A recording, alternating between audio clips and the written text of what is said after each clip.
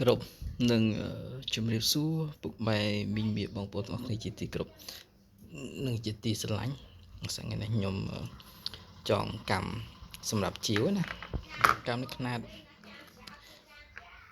10លីចឹង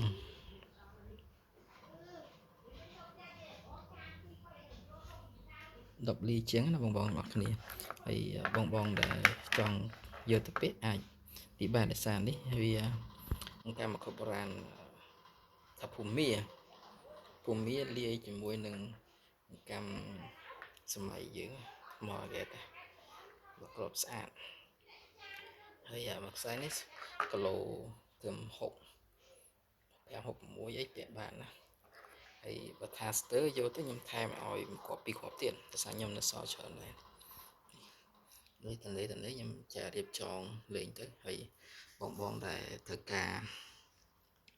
កម្មឬក៏យកទៅប្រគ្រប់ខ្សែដៃឯងអាចសួរនាំខ្ញុំបានណា1គ្រាប់2គ្រាប់ក៏យកក៏ជាវដែរបងហើយសេវា2ដុល្លារទៅ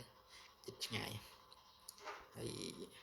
ខ្ញុំនៅសល់17លីប្រហែលជា5 6គ្រាប់17លី14លី15លីហើយមានធំ22លីមានគ្រាប់ដែរដោយសារខ្ញុំរើចងតិចទៀតខ្ញុំរើចងទៀត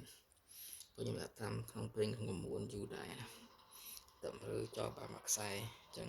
សម្រាប់បងដែលចង់បានអាចទំនាក់ទំនងតាមលេខទូរស័ព្ទរបស់ខ្ញុំឬក៏ Telegram របស់ខ្ញុំ010 343444 066 545445ຂະຫນາດ12លីកម្មនេះ12លីអាចគាត់ណាយកទៅពាក់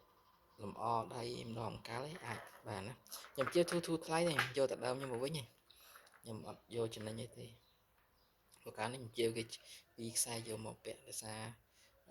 ខ្ញុំបានកម្មខុបបុរាណរបស់ខ្មែរយើងក៏ខ្ញុំជប់ពាក់តែខ្ញុំដោះទុកវិញទៅអញ្ចឹងបងដែលចង់បានអាចសួរនាំបានតម្លៃខ្ញុំជាយកតែដើមមកវិញទៅខ្សែនេះណាហើយនៅមានក្នុងនឹងទៀតណាចង់បានអាចសួរនាំបានណាមកគ្រប់ពីគ្រប់ក៏បានយកទៅប្រគ្រប់កម្មខ្ញុំជាវជូនតម្លៃធូរថ្លៃទេព្រោះសាររបស់ខ្ញុំជាវមកយូរហើយខ្ញុំជាវមកបានទាំងខ្សែដោយសារខ្ញុំដោះប្រគ្រប់នេះប្រគ្រប់នោះទៅក៏ស្ទើរនៅសល់អត់គ្រប់អញ្ចឹងវាខ្វះអញ្ចឹងខ្ញុំពាក់យកធ្វើកម្មពាក់ក៏អត់កើតដែរ2 4 2 5នៅសល់7គ្រាប់ដែរណាបងជាស្រេចសល់7គ្រាប់នេះមានຂະຫນាត់17លី18លី18លីមាន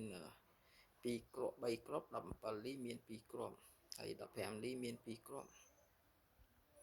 ហើយអានេះ22លីនេះធំមួយនេះមើលទៅឃើញកាជុណា